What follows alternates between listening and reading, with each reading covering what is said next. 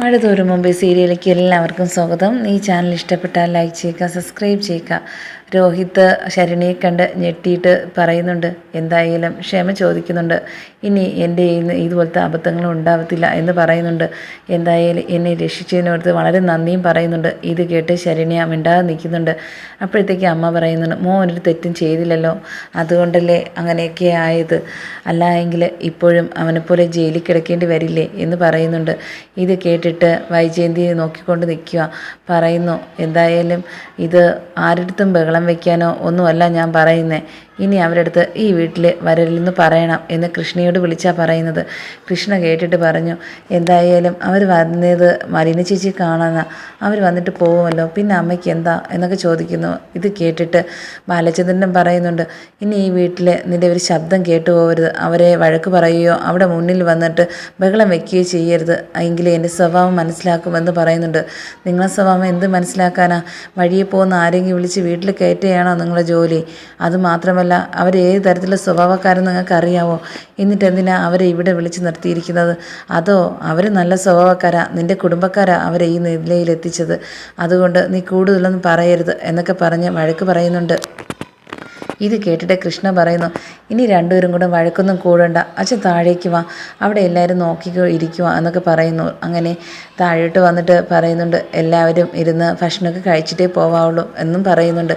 ഇത് കേട്ടിട്ട് ശരണ്യ പറയുന്നുണ്ട്, എന്തായാലും ഇത്രയും വലിയ വീട്ടിൽ ഞാൻ ഇതുവരെയും വന്നിട്ടില്ല, അതുപോലെ തന്നെ അവിടെ ചായ കുടിച്ചിട്ടുമില്ല, ഇതുപോലെ ഭക്ഷണം കഴിക്കാൻ ഇരുന്നിട്ടുമില്ല എന്നൊക്കെ പറയുന്നുണ്ട്.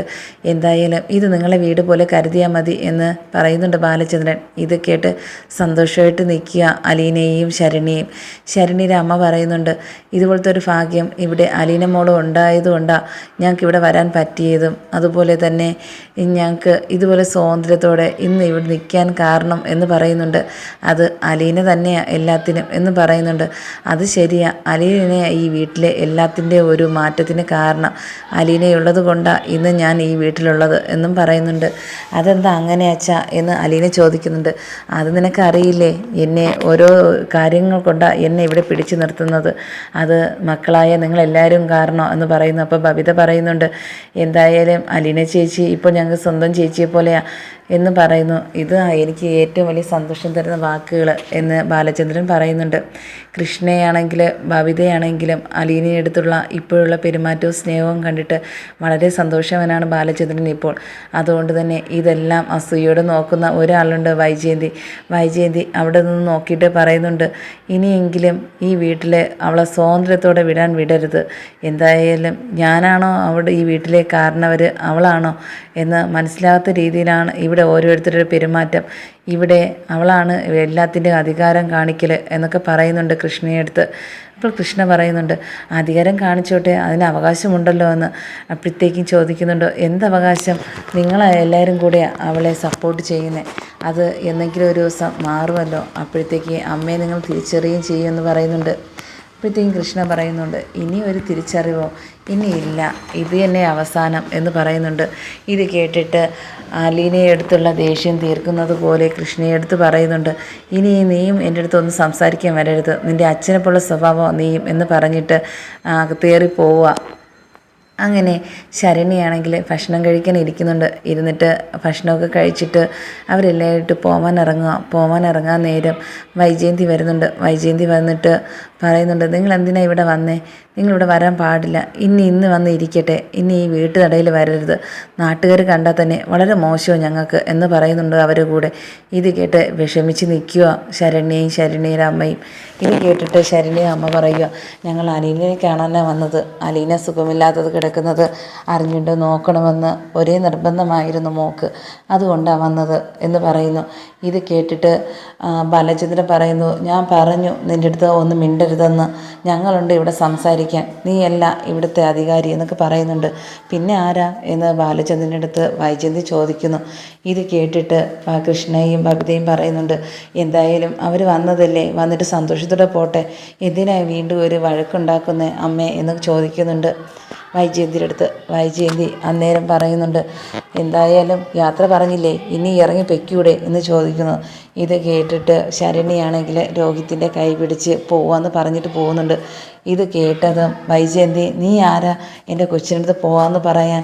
നീ ഇവിടെ ആരും നിൻ്റെ അടുത്ത് കേൾക്കുകയൊന്നും വേണ്ട, നീ പോണ കാര്യം അലീൻ്റെ അടുത്ത് മാത്രം പറഞ്ഞാൽ മതി എന്ന് പറഞ്ഞിട്ട് വഴക്ക് പറയുന്നുണ്ട് ശരണ്യയുടെ അടുത്ത്. എന്നാലും ഇത് പറഞ്ഞ ഉടനെ വൈജയന്തി അകത്തേറി പോകുന്നുണ്ട്. അങ്ങനെ ബാലചന്ദ്രൻ്റെ അകത്ത് പോയി പറയുന്നുണ്ട്, ഇനി നിൻ്റെ ഞാൻ പറഞ്ഞിട്ടുണ്ട്, നീ ഒന്നും മിണ്ടരുതെന്ന്. എന്നിട്ട് നീ എന്തിനാ അങ്ങോട്ട് വന്നതെന്ന് ചോദിക്കുന്നുണ്ട്. അതെനിക്ക് അധികാരം ഉള്ളതുകൊണ്ടാ എന്ന് പറഞ്ഞിട്ട് പോവുകയാണ്. അങ്ങനെ പോയപ്പോഴത്തേക്കും ബാലചന്ദ്രൻ പറഞ്ഞു, ഇനി ആരാ ഈ വീട്ടിലെ അധികാരം കാണിക്കുന്നതെന്ന് നീ തന്നെ നോക്കിക്കോ എന്ന് പറഞ്ഞിട്ട് പുറത്തേക്ക് വരുന്നുണ്ട്. അങ്ങനെ അവർ പോകാൻ വേണ്ടി എല്ലാവരും യാത്ര പറിച്ച് ഇറങ്ങിയിട്ട് എല്ലാവർക്കും ടാറ്റ കൊടുത്ത് പോവുക. എല്ലാവരും സന്തോഷത്തോടെ ടാറ്റയും കൊടുത്ത് പോകുന്നതാണ് കാണാൻ കഴിയുന്നത്. അത് കഴിഞ്ഞിട്ട് വീട്ടിലേക്ക് പോയപ്പോഴത്തേക്കും ശരണ്യയുടെ അടുത്ത് അച്ഛൻ്റെ അടുത്ത് പറയുന്നുണ്ട്, ആ വീട്ടിലെ എല്ലാവരും തന്നെ അലീനയുടെ മോളെടുത്ത് നല്ല സ്നേഹത്തിലാണ് പെരുമാറുന്നത്. അതുമാത്രമല്ല നമ്മളെ നല്ല രീതിയിലാണ് സൽക്കരിച്ച് വിട്ടത്. എനിക്ക് വളരെ സന്തോഷമായി എന്നൊക്കെ പറയുന്നുണ്ട്. അത് നിങ്ങൾക്ക് തോന്നുന്നതാ, എന്തായാലും വലിയ വീട്ടിലുള്ള ആൾക്കാരല്ലേ, അതൊക്കെ നിങ്ങൾക്ക് തോന്നലുണ്ടാവും. എന്തായാലും അത് നല്ല രീതിയിലായിരിക്കില്ല എന്ന് പറയുന്നുണ്ട്. അങ്ങനെയൊന്നുമില്ല, അലീനയുടെ അടുത്ത് സംസാരിക്കുന്നതും പെരുമാറുന്നതും അതുപോലെ തന്നെ സുഖമില്ലാതെ കിടക്കുന്നത് കൊണ്ട് നോക്കുന്നതെല്ലാം അവിടുത്തെ പിള്ളേരാണ്. അവർ നല്ല രീതിയിലാണ് സ്നേഹം ആഹാരം വെച്ച് കൊടുക്കാനും അതുപോലെ തന്നെ ചായ കൊണ്ട് കൊടുക്കാനും ഭക്ഷണം കൊടുക്കാനും കഞ്ഞിയൊക്കെ വെച്ച് അവർക്ക് കുടിപ്പിക്കുന്നത് കാണുമ്പോൾ തന്നെ വളരെ സന്തോഷം തോന്നുന്നുണ്ട്. എന്നാലും അലീന ആ വീട്ടിലെ കുട്ടിയായിട്ട് അവർ അംഗീകരിച്ചില്ലേ, അത് എന്നെ വളരെ സന്തോഷമുള്ള കാര്യമല്ലേ എന്ന് പറയുന്നുണ്ട്. എന്തായാലും എങ്ങനെയാണെന്ന് ആർക്കറിയാം, നിങ്ങളതുകൊണ്ട് ഇനി അങ്ങോട്ട് പോവുകയൊന്നും വേണ്ട, ഇന്ന് പോയതിരിക്കട്ടെ എന്ന് ശരണ്യയുടെ അച്ഛൻ പറയുന്നുണ്ട്. എന്തായാലും ഇനി പോയാലും ഒരു കുഴപ്പവുമില്ല, ഇനി അച്ഛനെ ഞങ്ങളുടെ അടുത്ത് വരണം എന്ന് ശരണ്യ പറയുന്നുണ്ട്. ഓരോരോ കാര്യങ്ങൾ പറഞ്ഞ് ഇനി അങ്ങോട്ട് പോകാൻ വേണ്ടി ഇനി ഇരിക്കേണ്ട കേട്ടോ മോളെ എന്ന് ശരണ്യയുടെ അടുത്ത് അച്ഛൻ പറയുന്നുണ്ട്. അതിന് കുഴപ്പമില്ല, ഇനി പോയാലും അവർ ഞങ്ങളുടെ അടുത്ത് നല്ല രീതിയിലാണ് സംസാരിക്കുന്നത്, അതുകൊണ്ട് പോവും എന്ന് തന്നെ പറയുന്നുണ്ട്. അങ്ങനെ അലീനയാണെങ്കിൽ വീട്ടിലെ എല്ലായിടത്തും പറഞ്ഞു, അവർ വന്നതിൽ എനിക്ക് വളരെ സന്തോഷമുണ്ട്, എന്നെ അത്രയ്ക്ക് സ്നേഹിക്കുന്നവരാണ്. എനിക്ക് അവിടെ പോയാൽ എപ്പോഴും ആഹാരം തരുന്നതും അതുപോലെ തന്നെ സ്നേഹത്തോട് അമ്മയെപ്പോലെ പെരുമാറുന്ന ഒരു ആൻറ്റിയാണ്. അതുകൊണ്ട് തന്നെയാണ് എനിക്ക് അവരുടെ വലിയ കാര്യമാണ്. അവർ വന്ന് നല്ല രീതിയിൽ നിങ്ങൾ സൽക്കരിച്ച് വിട്ടതിന് എനിക്ക് വളരെ സന്തോഷമുണ്ട് എന്നും പറയുന്നുണ്ട്.